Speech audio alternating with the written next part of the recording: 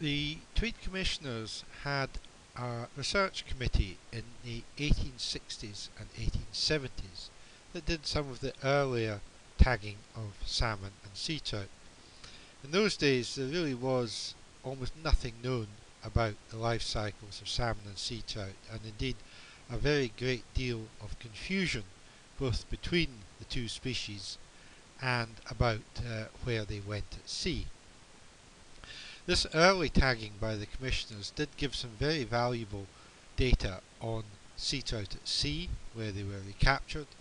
Data, in fact, that they're well over 100 years old, we still use today, as we know the sea trout still have the same migration pattern.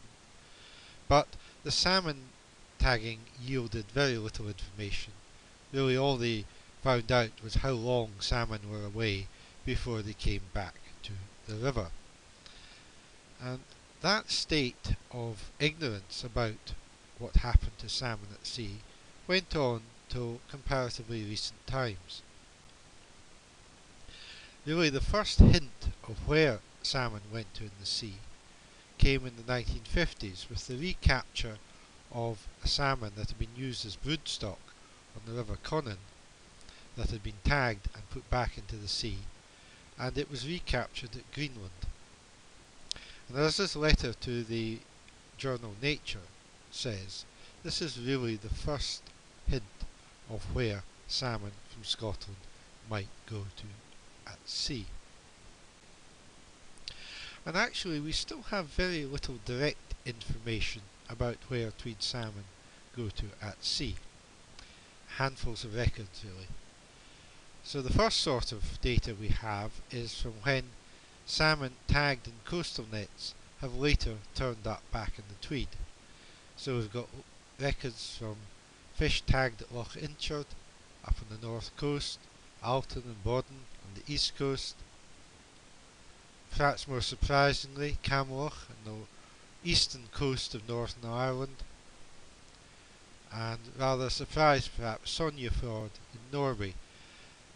So those fish from Sognefjord were captured in nets right on the Norwegian coast, not offshore, on the coast, and a couple of fish tagged there turned up later in the Tweed. We've also got some places where smolts tagged in the Tweed were subsequently captured. So again you've got the east coast nets, you've got some Northern Ireland nets, and some Northumberland and Yorkshire nets, because it is known that a lot of the fish come down the middle of the North Sea and then turn and come back northwards to find the Tweed, passing the Northumberland and Yorkshire coasts. That perhaps is a bit of a surprise. Now if that's an accurate record, it does make you wonder exactly how Tweed fish landing in Brittany would have travelled to the Tweed, whether they would have gone up the west coast as one would expect, or whether it's just possible they might have gone through the Channel and up the east coast. We've also got some tag recaptures from further afield, ones tagged in the sea that later turned up on the Tweed, some tagged at Faroe, some tagged at Greenland, and a couple of records of smolts tagged in the Tweed, later recaptured in the Greenland coastal fishery. Some more information on the smolt migration route is gradually being gathered.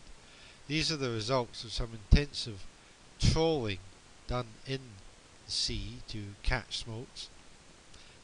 This was carried out by the recent South Sea programme, and you can see from the green triangles a concentration of smolt recaptures, which gives an idea of the route they might be taking.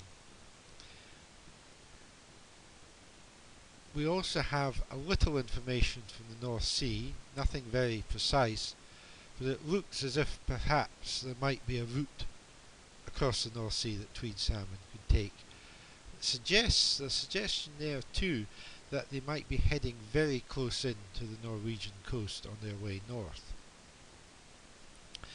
If we look at the marine currents, you can see there is one there, the coastal shelf current, that would appear to be the one that the smolts are following.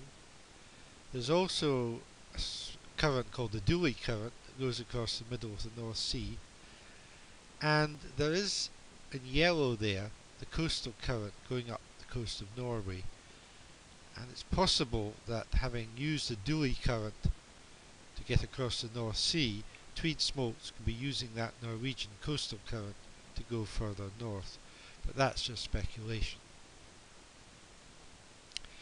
We're also now beginning to get information from some newer sources, such as genetics, and this is some very recent research published by the International Atlantic Salmon Research Board. And what they are doing is taking samples from salmon caught in nets in Greenland. These nets are actually mainly for cod, but salmon are a bycatch. Taking tissue samples from those, and then using genetic methods, they can trace these back to the areas of origin, not, unfortunately as yet, rivers of origin, but to more general areas. And the results are that about 40% of those salmon sampled in West Greenland fisheries are from South and East Scotland. And the Tweed, of course, will be the largest single component of those South and East Scotland fish. So that confirms the fragmentary evidence that we've had from tagging that Tweed salmon are feeding off West Greenland. And that, of course, is quite a political issue. As you can see from these quotations from the last NASCO meeting, there is now a subsistence quota for salmon in Greenland. The Greenlanders say that they are entitled to a fair share of the resource, and that some other jurisdictions are not doing as much as they are. Now what that means, I'm not sure what a strident line could mean, but I suppose it means that they want more fish. Now we still have rather a gap in knowledge as to how the fish are coming back over the Atlantic. Obviously they're hitting the west coast of Ireland, but that's really the first place we find them. What the predation is out at sea, we don't really know what the predators are. Nearer the coast we have a much better idea of what's going on. We've got what you might call the traditional seal predation in estuaries, a curse of the netsman, of course the seals coming in after their nets.